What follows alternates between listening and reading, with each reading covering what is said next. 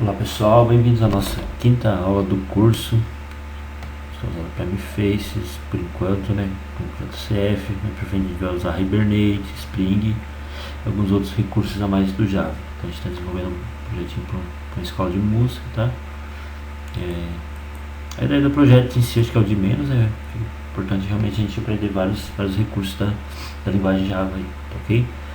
Então na última aula a gente estava conseguindo cadastrar, né? Os cursos está cadastrando em memória ainda. Então eu selecionava aqui e a hora que eu mandava salvar, ele lá chamava uma tabelinha, tá ok? Então a primeira coisa que a gente vai melhorar é o seguinte, tá? Se eu vir aqui e clicar apenas em salvar, tá vendo que ele foi lá e carregou um registro para mim com os valores anteriores, que é isso. Tá.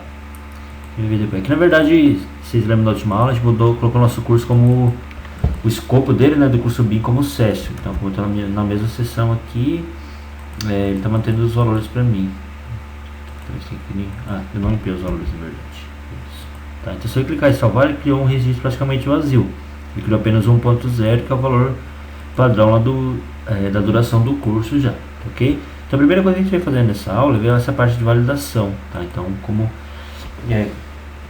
eu havia falado, inicialmente a gente vai ver a validação na parte da tela mesmo, tá? Que não é o mais comum da gente fazer. E quando a gente colocar o Hibernate para funcionar, a gente vai fazer essas validações através do Hibernate Validation, tá ok? Então primeiro vamos colocar aqui que o nosso nome é obrigatório, tá ok? Então esse é bem fácil, ele é um atributo na verdade. E são alguns atributos que o JCF usa, que ele pega do próprio HTML, tá? Então esse aqui é um dos casos, tá? Aqui no desculpa, estou na lista, formulário aqui. Meu input text, onde define o nome, então eu posso colocar um valor para ele aqui, um atributo chamado required, ok? Required, vou colocar como true, ok? Então se eu vou salvar aqui, não preciso parar o servidor, né? Vou fazer a utilização apenas na tela. Vou atualizar, tá ok? Então agora se eu clicar em salvar, pessoal, tá vendo aqui, ó? Então ele já colocou o campinho em destaque aqui, né? E já exibiu uma mensagem aqui, tá ok? A mensagem está meio feia. Você viu também que nesse caso ele não deixa submeter o formulário, tá? Como eu falei, a gente vai ver mais pra frente toda a parte do ciclo de vida do JCF. Então uma das partes é onde ele faz a validação dos dados, tá ok? Se a validação não estiver correta, ele vai pular direto para a última fase, onde vai reexibir a tela e não vai chamar o formulário. Isso a gente vê com calma. Uma coisa que a gente pode melhorar é isso aqui, ó. Quando eu clico em salvar, tá vendo? O que ele está pegando aqui? Ele está pegando o ID do componente, tá? Mas a gente não definiu esse ID aqui, né? Como eu não defini o ID nem para o meu formulário, tá?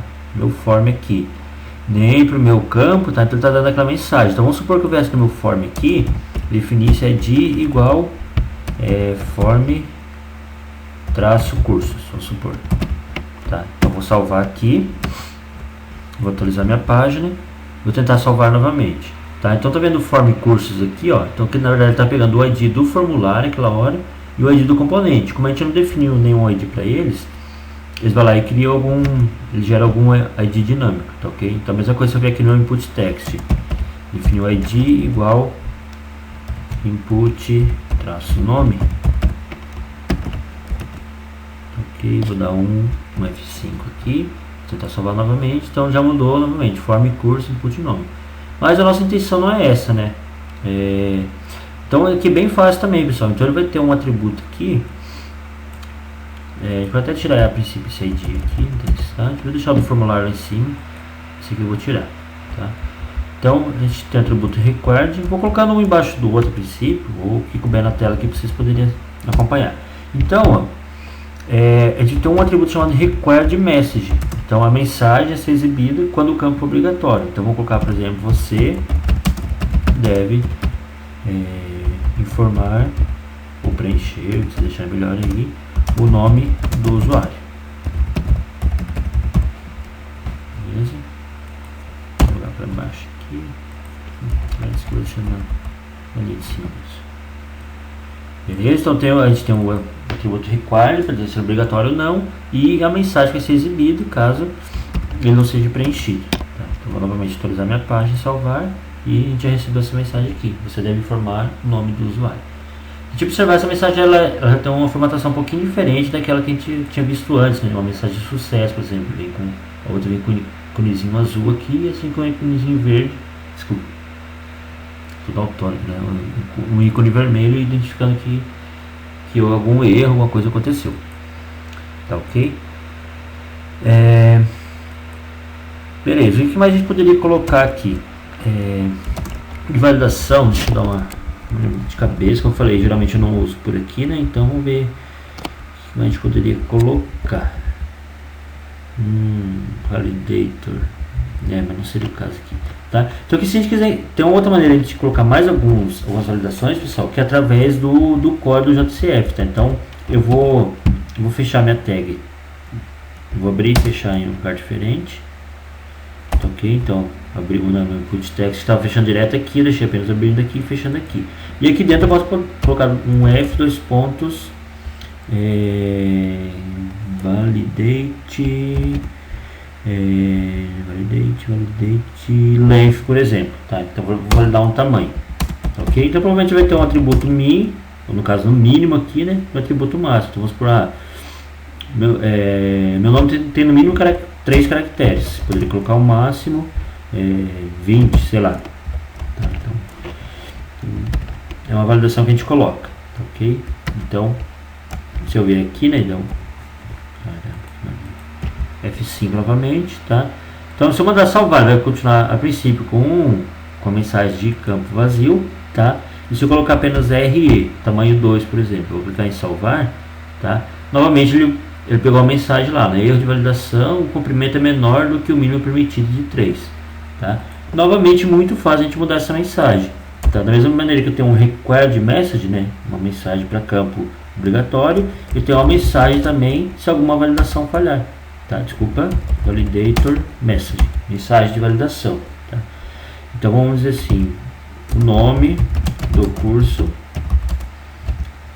deve ter entre 3 e...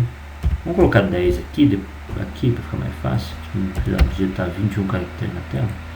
Entre 3 e 10 caracteres. Beleza? Então esse aqui é o validation length. Estou validando, ele é usado apenas para string, tá? Beleza? A gente viu, tem uns outros aqui que a gente poderia usar, ó. F, dois pontos. Vamos ver alguns aqui, ó. Validate double range. Então se eu quero que um número de pontos flutuantes esteja dentro de um determinado intervalo de valor, eu posso usar isso aqui para um long. Validate regex, tá? Por exemplo, eu poderia usar isso aqui se eu não conseguisse usar, por exemplo, a máscara, alguma coisa assim, tivesse trabalhando com JCE, eu poderia usar isso aqui, tá? Então passar uma expressão regular que represente um CPF, por exemplo, tá, ok? Esse validate required meio que substituiria o required aqui, tá, ok? Não precisa, na verdade o required está substituindo isso aqui. E o value change list é outra coisa, tá? Mas só para a gente ver as opções. Então para trabalhar com o tamanho de string, esse aqui, validate length, informei um mínimo e um máximo e uma mensagem de caso não esteja nesse intervalo aí, tá? Então F5, digitar 2 caracteres aqui e salvar. Então mudou a mensagem, né? O nome do curso deve ter entre 3 e 10 caracteres. Digitar 3, 4, 5, 6, 7, 8, 9, 10. Tá, se eu mandar salvar, não vou mandar salvar, senão vai salvar zoado, não vou salvar assim. Então salvou, voltei, tá? Então se eu colocar mais 2 caracteres, mandar salvar, novamente vai dar a mensagem de erro lá em cima, tá, ok? Para descrição não vou colocar, como ele vai ter basicamente os mesmos valores, tá? Então se eu quiser que seja obrigatório, eu tenho o atributo required novamente, tá? Eu tenho o required message e também posso colocar o F validate length sem problema, ok? Então não vou validar, quer dizer, vou colocar apenas como obrigatório, tá?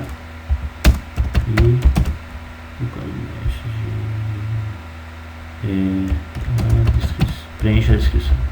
Vou colocar mais curtinho aqui, né? Acho que vai dar uma corridinha nessa aula, só para a gente mostrar algumas coisas a mais, que se eu não mostrar agora, daí gravar mais uma aula para mostrar, eu quero mostrar logo o Hibernate mesmo. Então, preencha a descrição. Beleza? Vou dar um F5 aqui. A princípio ele mostra as duas mensagens mesmo, tá? Então você vem aqui colocar, por exemplo, entre 3 e 10 aí, vai dar salvar novamente, vai exibir apenas essa validação aqui. Beleza? Vamos lá, para duração. Então a gente já tem um mínimo aqui. Outra coisa. Ele até tem um require, mas não faz muito sentido, né? Já vai, por padrão, já vai preencher um. Nesse caso eu acho que nem tem mais muito que a gente mexer, né? Porque a gente já conseguiu travar para não colocar menos que um. Ok. Poderia colocar talvez um validate. Vamos colocar aqui, por exemplo, só para a gente exemplificar. Um exemplo para exemplificar. Isso aqui profundo. Vou colocar um F2 pontos validate double range. Tá ok? Então deve ter também um atributo aqui máximo. Então vamos supor que o meu curso não pode ter mais que 10 anos. Tá ok? Eu coloquei, mas na verdade o ideal seria fazer isso aqui, né? Colocar o atributo max aqui em cima. Por quê? Desse jeito que eu fiz aqui, vai funcionar, só que ele vai permitir que eu informe um valor maior que 10, tá? E apenas na hora de salvar. Beleza? Vou colocar aqui 17. A hora que for salvar, ele vai dar um erro lá falando que o máximo é 10, tá? Então nesse caso, mais interessante nem seria a gente usar aqui embaixo, tá? Seria usar mesmo o atributo max. Então o que vai acontecer? Meio uma questão de usabilidade, né? A gente deixou o usuário perder o tempo dele clicando 300 vezes no botãozinho lá, né? Para informar um valor maior. E a hora que manda salvar, fala para ele que não pode. Então, se eu vier aqui colocar o max 10, tá? Então o que vai acontecer? Eu vou clicando aqui. A hora chegou no 10, se ele quiser clicar, azar dele. Deixa ele clicando aí. Aí clicar não vai acontecer nada, ok? Então a gente tem que tentar deixar o mais intuitivo possível para o usuário. Beleza. Aqui no tipo também, ó, a gente pode colocar também o atributo required, tá ok? Então aqui ele já vai entender que o required é o quê? Que ele tem que ser diferente de null. Lembra que a gente definiu esse select item aqui? Esse item retornando nulo, tá? Então o required para ele o que é? Ou uma string vazia, ele mesmo vai saber identificar o que é o required, tá? Então se eu vou colocar true aqui, tá ok? Então se eu não selecionar nenhum,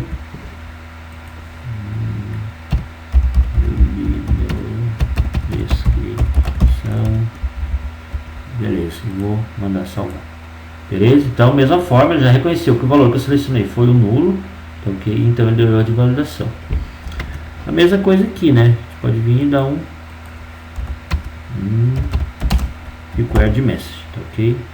Selecione o tipo. Beleza? Data de criação. Aqui tem uma coisa que a gente poderia fazer, pessoal. Vamos supor, por exemplo, a data de criação do curso não pode ser maior que hoje, por exemplo, tá? Então eu poderia vir aqui e colocar um max date, tá ok?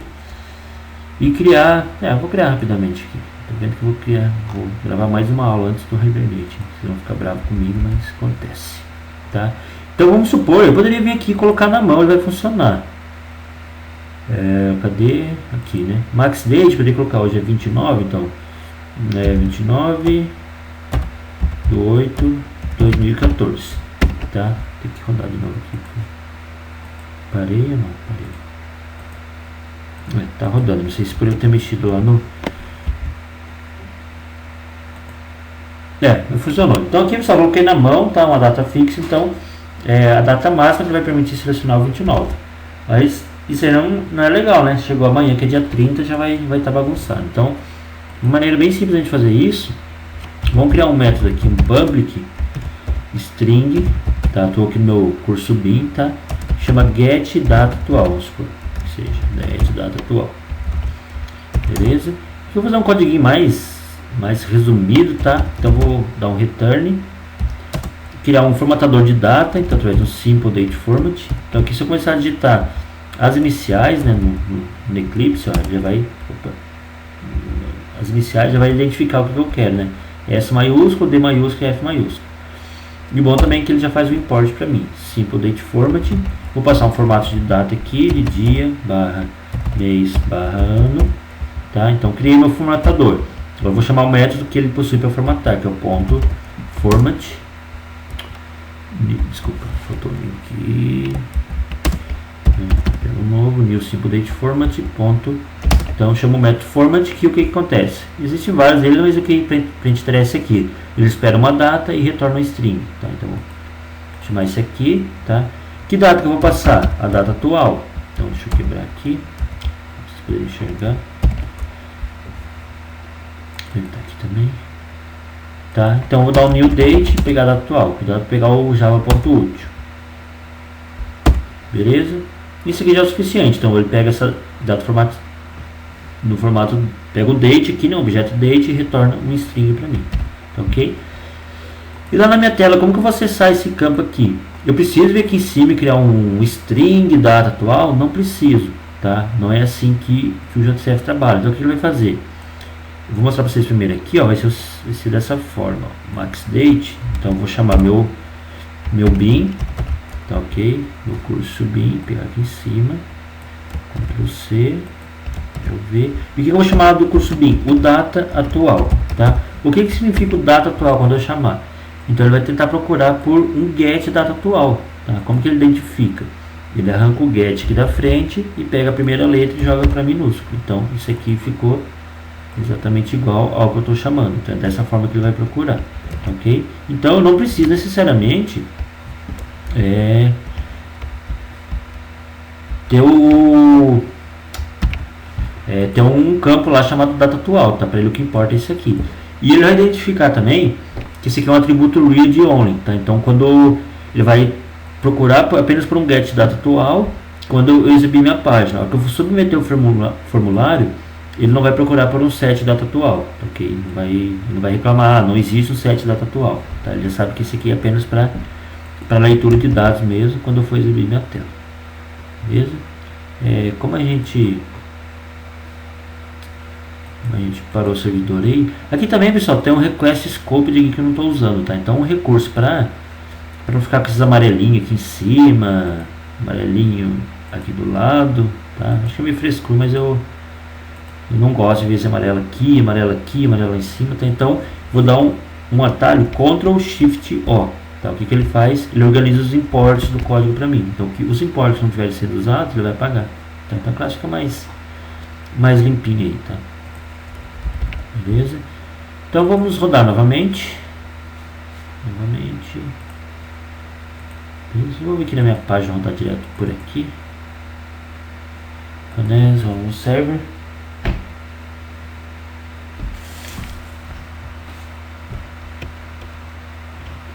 Beleza. O que a gente fez mesmo? Ah, tá, a data aqui, né? Então já pegou a data atual do sistema e já travou aqui. Então, a validação. Então, nossos campos já estão praticamente todos com validação aí. Beleza? Uma coisa que a gente pode melhorar também, pessoal, deixar mais bonitinho, nesse salvar aqui, ó. Eu vou entrar num site aqui que é o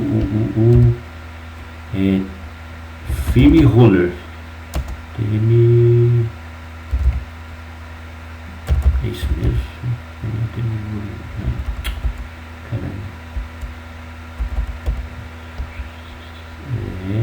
jQuery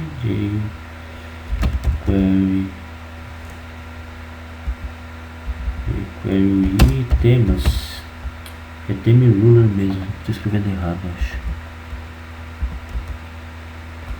É tudo junto. Theme Ruler jQuery, ok? Beleza, a gente vai ver.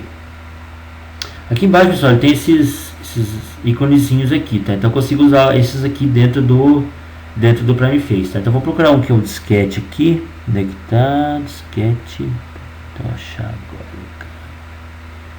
Devagar. Passei, ainda não. Tá quase, hein? Tá quase.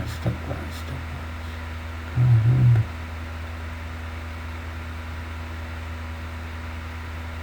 Aqui, cheio. Então, para separar o mouse aqui em cima, ele tem um ponto I icon disk, tá ok? Então é um valor parecido com esse aqui que eu vou usar. Então esse aqui é só do Primeface, tá? O JCF não tem. Então o meu command button, ele tem um atributo chamado icon, tá ok? Que eu vou informar esse valor aqui, ó. Vou informar para ele o I traço icon traço disk, Então UI-icon-disk. Ok? Então vou salvar aqui, vou voltar na minha página aqui, dar um F5 e já apareceu aqui, tá? Tá bem feinho, tá pequeno, mas mais pra frente eu vou mostrar pra vocês como a gente pode pegar qualquer imagem que a gente tiver e transformar também em um ícone para usar dentro do sistema, tá? Através do CSS, mas é bem tranquilinho. Ok? Então uma coisa que eu poderia fazer é isso aí. Vamos ver o que mais. Para ver esse painel aqui tá ocupando menos da metade, ele tá gigantesco, né? Se vocês acharem que tá bom, pode deixar, mas eu vou mostrar então uma das maneiras de fazer. É bem tranquilo. Então no meu painel, tá? Ele não deve ter um atributo widget, eu imaginei, tá? Mas a gente pode definir um estilo CSS para ele. Style igual. Eu vou definir qual estilo eu quero definir, a largura dele. Então widget, 2 pontos. A gente pode colocar um exemplo, 500 pixels. Tá? Isso aqui é uma das maneiras que a gente poderia definir. Então você vem aqui e dá um F5, ele já diminuiu, ficou muito pequeno, né? 600.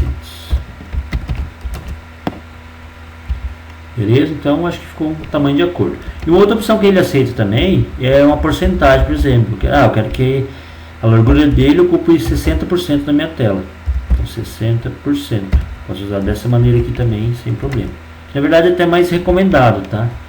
Porque se eu for diminuindo minha tela aqui, acho que vai chegar uma hora que não vai ter jeito. Mas, tá vendo? É que o meu pneu grid tá bagunçado, mas o meu aqui, ó, meu pneu mesmo, tá? Ele tá indo de acordo com o tamanho da tela. Então eu poderia vir também no meu pneu grid e definir um tamanho para ele, tá? Mesma coisa aqui, ó, tá copiado de cima. Ok. Beleza? E eu vou dizer que esse pneu grid vai ocupar 90%. O que é 90%? 90% do componente que ele está dentro. Então ele vai ocupar 90% desse 60% aqui. Ok? Então deixa eu dar um F5 aqui. Pode ser 95, fica bonitinho. Salvar. Tá, vou dar um F5. Então ele está ocupando 95% do meu pneu. Agora sim, conforme eu vou diminuindo da página, ó, ele diminui tudo. Ou não. Se eu aumentar, ele vai junto. Se diminuir, chega uma hora que, talvez por causa desse componente aqui, tá? Ele não, como eu defini como 40 colunas, ele não vai aumentar mais que isso, tá vendo? Ó? Se a gente olhar aqui, ó, esse tamanho aqui não está variando, está variando é pouco, tá? Mas o meu pneu e o pneu grid vão junto. Então mais recomendado a gente usar a porcentagem mesmo. Caraca, 22 minutos, tá? E da mesma forma, pessoal, só para a gente fechar, vou clicar em salvar mesmo, só para a gente preencher aqui, só para a gente tirar para nossa lista, tá? Aqui na lista é a mesma coisa, tá? Eu poderia vir aqui no meu, eu tenho um pneu também na lista, tá? Tem um pneu, eu poderia vir aqui fazer a mesma coisa, colocar ali 60%, por exemplo. Beleza? Como ele é uma lista, vou colocar uns 80. Tá, ok? Isso aqui, por exemplo, eu não preciso ocupar tudo isso aqui para o campo de duração, né? Então posso vir aqui e definir da mesma forma. Vamos supor, vamos dizer que meu campo, o nome vai ser um pouquinho maior, tá? Ele vai ocupar 40% do meu formulário. Deixa eu tentar.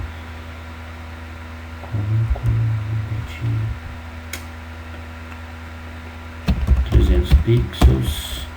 Aqui tem alguma coisinha, pessoal, que eu acho que eu tenho que definir para todos, ou 30 não, 300 pixels. E colocar um valor menorzinho para duração aqui. Ver se vai funcionar.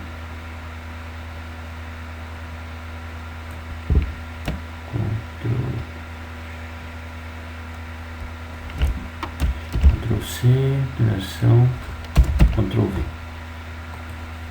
Colocar 80.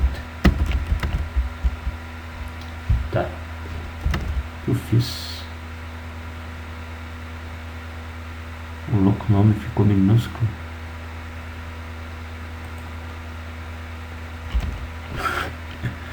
Fez ao contrário que eu queria, né? Ah não, agora foi.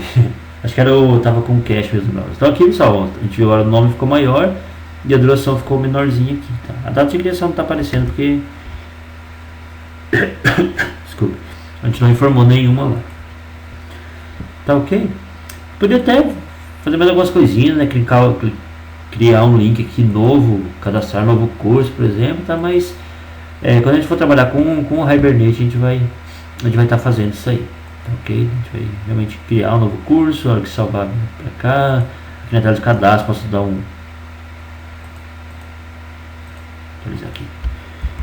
Posso clicar um botãozinho, não quero mais cadastrar, eu clico no cancelar aqui, ele volta, tá? E tem muita coisa pra gente ver ainda, tá, ok, pessoal? Então a gente viu algumas coisas de validação aí hoje, tá? Como usar. Como eu falei, dificilmente a gente vai usar aqui na tela, tá? Mas para algumas coisas específicas mesmo, em geral a gente vai usar pelo Hibernate Validator. Tá, ok, pessoal? Então, conforme prometido, na próxima aula eu vou começar a passar. Começar, né? Provavelmente não vai em uma aula, a gente não vai conseguir configurar, já deixar rodando certinho. Então a gente vai fazendo passo a passo para vocês realmente tentarem entender como que funciona. Ok? Então, um abraço e até a próxima.